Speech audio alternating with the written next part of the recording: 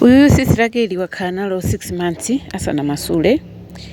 Cholinga choti tsitsi lake likule msanga nde asanafune kuti after 3 months apange ma repairs, anapanga decide akhale 6 months nde amenera kuti lerolo amasule after 6 months nde waonabe kuti growth imene pangiramo wapanga decide kuti ine sindimasula mpaka na ndite 9 months araza masula pakatha 9 months nde lerolo afuna atani apange ma repairs nde tikuonesani process yonse imene umayenera kuti upangire wakha kuti upange ma repairs. Apapa mungathe kuona kuti growth ndi yayikulu kwambiri. So tikamapanga ma repairs process yake ndi imeneyi.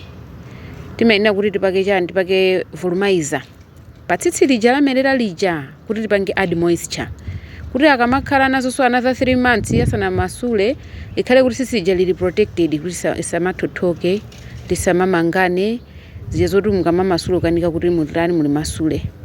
Ndi apapa timapaka chani volumizer pa strands aja tsitsi imene lamerera lija kulipakapaka lonse mutu wonse bwinobwino kuti mukamamba kupanga process yomangaso tsitsi lija likhale kuti lamasuka lisakulane komanso lisaduke. Ndi apapa tikumalizitsa kupaka mutumu volumizer pa matsitsi lomerera lonse lija pa growth ija kuti tikamba kumanga ikhale kuti tsitsi lija lili protected kamakhala nthawi yayitali lisanamasulidwe lizikhala kuti lisazaduke tsiku limene tuzamasula. Nde mbali matsitsi so timene tamereratu timatipakaso volumizer uja kuti natonso tikhale safe. Ndithu ndi apapa tikumalizisa kupaka mbali kenako timayenera kuti mutani mukamaliza mwayenera kuti tsitsi lija mutani mulipange massage. Cholinga chokuti mafuta aja ujene volumizer uja alowerere pa matsitsi tonse timene tili panja kupangira kuti lina lisapeze kuti sinapakidwe mafuta volumizer.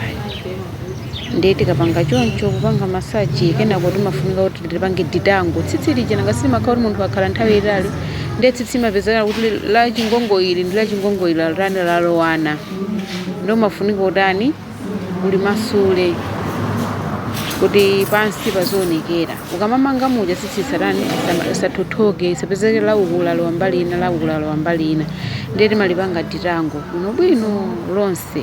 Apa tikugwisa ntchito afroback mathakuza machine yonse like self sunshine nde tidula pakati choncho kenako kahafuko mukagawaso mutenga crochet yanu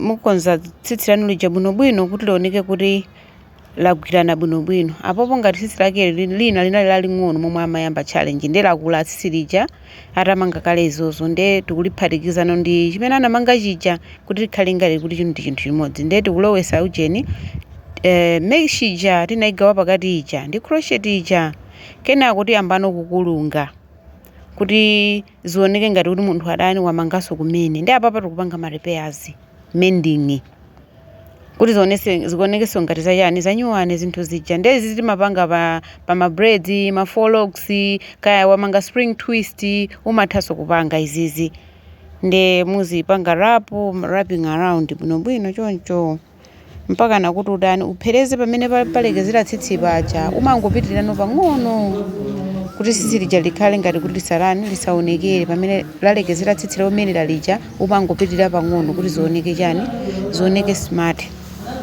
Ndi apopo kupitiriza kumangopanga rapu mpaka na udani mpaka na umalize. Ukamaliza muja zimaoneka chonchi.